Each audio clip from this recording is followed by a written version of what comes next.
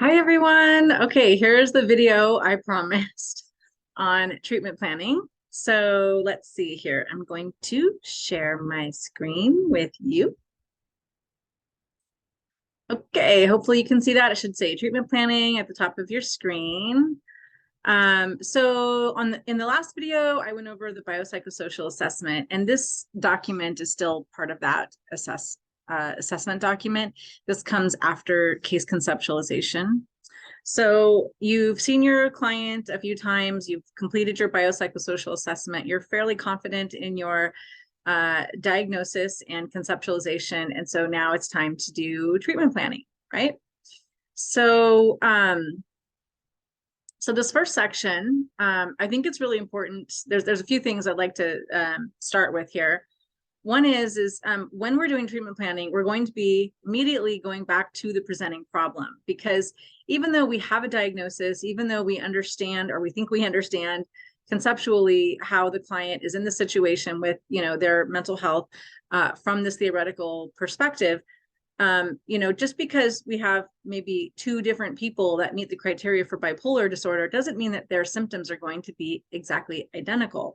Because if you recall, in the list of symptoms, it says, 3 or more, or 5 or more, or 7 or more of these symptoms, right? So, two different people with bipolar 1 might be showing, fairly different symptoms. So as we're doing treatment planning, it's important that we aren't just writing a canned treatment plan for that diagnosis. We really need to be looking at what did the client come in for, and how are we going to align our goals to match, their specific presenting problem. Okay, so with that said, the other key component here is that we are always going to prioritize safety issues first. So if there is any suicidal ideation, if there is any self-harm behavior, any of that kind of stuff, we need to make sure that that is the very first thing that we're going to address in the treatment plan. Okay. All right. So in example number 1, we have target problem. So if we scroll back up to presenting problem right here, remember it says, the symptoms should be leading to some kind of functional impairment, right? So just because someone's having symptoms doesn't mean those symptoms automatically are going to show up in our goal section of our treatment plan. We really want to address the symptoms that are causing the functional impairment, okay, or at least from our clinical perspective. So the other thing to remember is that the goals are what the client's going to do, and the interventions are what you're getting paid to do. Hopefully getting paid someday if you're not getting paid right now.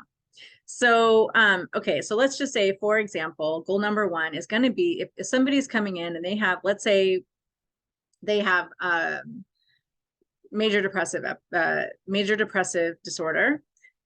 So goal number 1 is going to be to somehow relieve the symptoms of depression, right? So we're going to go back, we're going to look at their symptoms.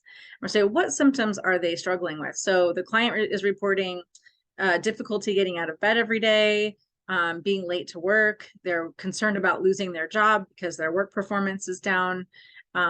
Their personal relationships are not doing well because they don't have the physical energy or the motivation to go and spend time with people. So those are some very specific, symptoms. So let's start with goal number 1. Symptom number 1 is difficulty getting out of bed, right?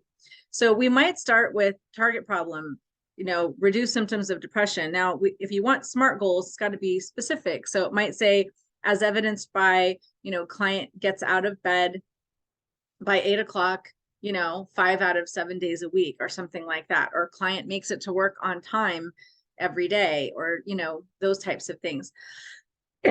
Excuse me. And then in the interventions, that's going to be the part that you are doing. So the therapist is going to bring the intervention to the client, right? So interventions might be, okay, the client's going to keep a log of sleeping hours or whatever. The client's going to keep a thought log of, negative self-talk and switch it to positive self-talk. We're going to work on that skill, right? There might also be a medication referral in here to back to the doctor to look at a medication change or something like that. So even though technically referrals are not interventions, I would still list them either here or at the end where it says referral resources. Any referrals or resources that you offered to the client. Okay. So then we would move on to goal number 2. Goal number 2 would be, the client would like to maintain gainful employment. So how do we prevent decompensation as a result of the depression? And so here we might be employing some more like DBT techniques or something like that, where the client is working on self-soothing behaviors, self-soothing techniques, and while they're waiting for their medication to kick in or something like that, something to that effect. Maybe the client also is learning to advocate for themselves at work and getting on some kind of ADA compliance plan or something like that, right? So those are very specific interventions that you might be offering to this client. If there's multiple diagnoses, then we might have multiple different types. This could get very complex. I'm trying to keep it super simple for you. But just a quick review. So we're going to start with the presenting problem, the target problem, right? Which is like the main thing they came in. Maybe it's to maintain their job because they're depressed, or maybe it's to maintain their relationship because they're struggling with depression. Then we're going to go down the list looking at those symptoms of depression, and we're going to add each of those in as a goal. Now you could have, improve, mood or something like that as a general goal. And then you could have like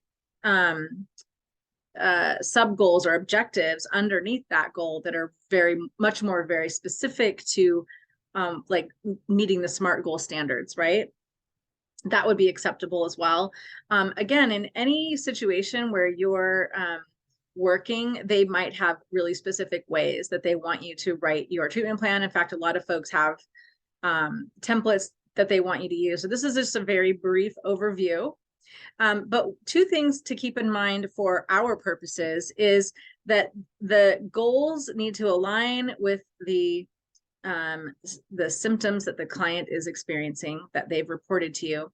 And the interventions need to be theoretically consistent. So if you're using CBT, I should be hearing things like role playing. I should be hearing things like journaling. I should be hearing things like thought logs. I should be hearing things, like that, right?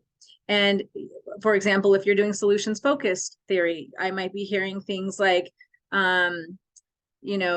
miracle questions, scaling questions, helping the client find exceptions to the problem, stuff like that. So you want to make sure that your interventions are theoretically consistent with the theory that you have already conceptualized in this document. So other than that, I think we can talk about this a little bit more in supervision tomorrow. If you have any questions, hopefully everyone will get a chance to watch this tonight. Oh, sorry, there's a little bit more down here. Excuse me. Listing references and resources I mentioned, but there's a spot here for recommended psychometric tools. So folks who use CBT often have things like the Beck's Depression Inventory or other kinds of inventories, maybe the SASI if you're doing substance abuse, things like that. So if there are any psychometric tools recommended or that you've referred them out for or that you are going to administer, you could put them here. And then readiness for termination really is simply like having a discussion with your client about, how are we going to know when we're done? And that is a really important conversation actually to have with your clients. Because SMART goals, the idea of SMART goals is really that you're able to measure when you've accomplished the goal, right? So when you get to the point where you can say, hey, we've accomplished all the goals, and you and your client both can agree on that, that makes it a lot easier to have a discussion about termination. Whereas otherwise the client might be feeling like you're trying to boot them out of therapy or something. But yeah, I think this is it. Let me know if you have any questions, and I'm going to stop sharing my screen. I hope that was helpful. That was just a little mini tutorial on treatment planning. Let me know if you have questions. Okay, have a great rest of your day. Bye.